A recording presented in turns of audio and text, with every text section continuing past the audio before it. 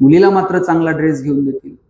वडील सायकलवर कामाला जातील, मुलीला कॉलेजला जायला गाडी घेऊन देतील, बसचा पास काढून देतील, हॉस्टेलची फी भरतील. कोण प्रेम करतं तुमच्यावर एवढं? 10 मिनिट जर पोरीला शाळेत न्यायला उशीर झाला ना, 10 मिनिटात बाप 10 वेळा आईला विचारतो, ए कुठपर्यंत आली बघ, जरा फोन कर. बरं, वडील थेट पोरीला फोन पण लावत नाही, ते आईला म्हणतात बघ कुठपर्यंत आली जरा. उशीर झाला तर आईला रागवतात, तू लाडून ठेवलंय म्हणतात. पोरीसोबत वडील थोडंसं अंतर ठेवून असतात, पण त्यांचं विशेष प्रेम असतं आपल्या पोरीवर.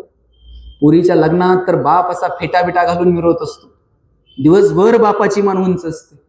कन्यादान झालं ना, मग वडील मान खाली घालतात, जावायच्या हातात हात देतात आणि सांगतात, तळ हाताच्या फोडासारखी जपली, सांभाळून घ्या. दिवसभर वडिलांच्या डोळ्यात थेंब येत नाही, पण पोरीची गाडी एकदा निघून गेली ना, खांबाच्या पलीकडे जाऊन एकटाच रडतो तो बाप असतो. कधीच बापाची मान शर्मेनं खाली जाईल असं वागायचं नाही. बापाला अभिमान वाटला पाहिजे, काय माझ्या लेकरानं कर्तृत्व करून दाखवलं. लखोजी जाधव आणि शहाजी राजे यांच्यात शत्रुत्व होतं. जुन्नरला जेव्हा शहाजी राजांनी विश्वासरावांच्या घरी जिजाऊ साहेबांना आणून ठेवलं, जेव्हा हे लखोजी जाधवांना कळालं, लखोजी जाधवांनी तर अख्ख्या जुन्नरला वेढा घातला होता आणि दारात जाऊन उभे राहिले आणि समशेर काढले, कुठे शहाजी भोसला? विश्वासरावांनी सांगितलं इथं नाहीत. का? पळून गेले, अजून ती वेळ आली नाही, भोसले पळून जातील. मग लपून बसले. बोलता काय? तलवार काढली विश्वासरावांनी. जाधवांमध्ये विश्वासरावांमध्ये खणाखणी होणार.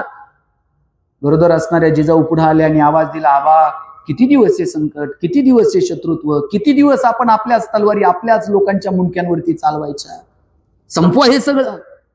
जवळ घेतलं जिजाऊंना आणि जिजाऊ म्हटले, आबा हे शत्रुत्व संपायचंय ना? कपाळावर हात ठेवला आणि सांगितलं, माझं कुंकू पुसा आणि मग संपवा हे सगळं काय असेल ते. जवळ घेतलं लेकीला आणि सांगितलं, जिजा तुझ्या कुंकवाला हात घालणार नाही. त्या दिवशी तिथं मुक्कामी थांबले. दुसऱ्या दिवशी गरोदर असणाऱ्या जिजाऊ साहेबांना त्या म्यान्याला स्वतः खांदा दिला आणि वरती शिवनेरीवरती पोहोचवलं आणि जाताना म्हणाले, जिजा लेकराचं तोंड बघायला नक्की येईल, निरोप धाड. किती प्रेम. आणि जिजाऊंच्या कानावरती एक दिवशी बातमी आली, लखोजी जाधव त्यांचे वडील आणि त्यांचे 3 तरनेवांड भाऊ सुलतानाला भेटायला दरबारात गेले.